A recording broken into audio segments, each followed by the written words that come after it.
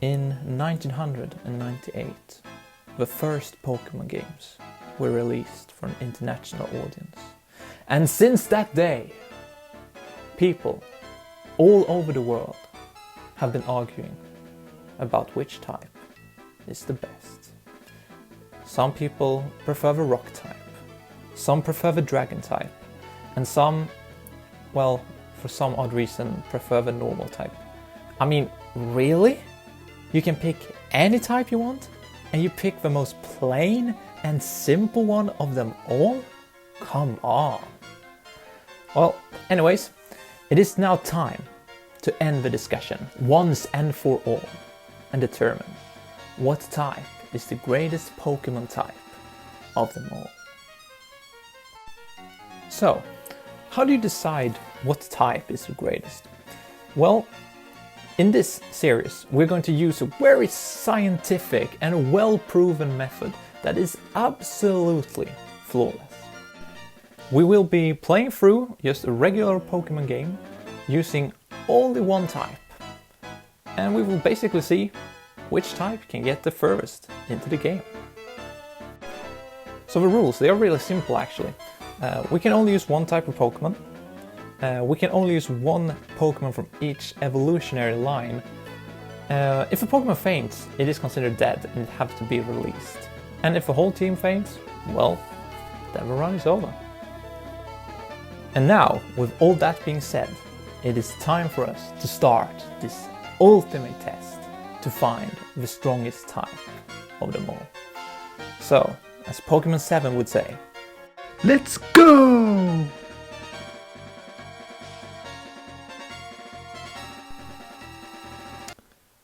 Okay, the type that we will be using in this playthrough is no other than Poison! Oh my god! That's so cool, seriously!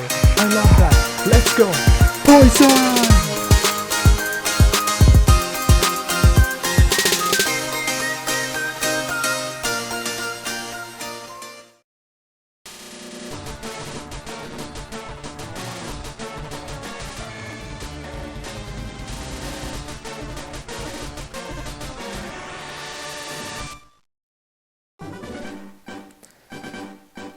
Yeah, that's right, you've probably guessed it by now. We are going to be playing through Pokemon Fire Red using only Poison type Pokemon.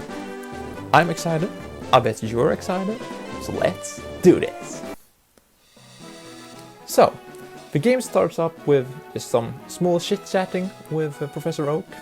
I will go by the name of Willy, the Poison type master, and we are calling our rival Psychic, since it will be a total nightmare dealing with Psychic type Pokemon in this game when I only have Poison type. So, I'm off to a great start by first walking into a wall and then walking into the lab only to realize that Professor Oak isn't there. After that, things start to kick on quite well actually. Professor Oak, he kindly gives us our first Pokemon, which, to no surprise, is a Bulbasaur. Bulbasaur being a dual type, grass poison, means that I can have a poison type from the start, and this is really cool, and this is obviously one of the biggest reasons to why I decided to go with Pokemon Fire Red. I decided to go very creative with a nickname, naming it Poison. Our rival Psychic decides to take the Charmander, and after that he challenges us to a battle. So this first battle against your rival is always a bit weird. You can't train up your Pokemon before the battle, so it basically becomes a battle about luck. And that's why in a Nuzlocke you usually don't even count this battle, you say that the Nuzlocke starts after you've gotten Pokeballs. Anyways, I managed to take him down quite easily, I would say, and well, hopefully he will put up a bigger challenge later on in the game.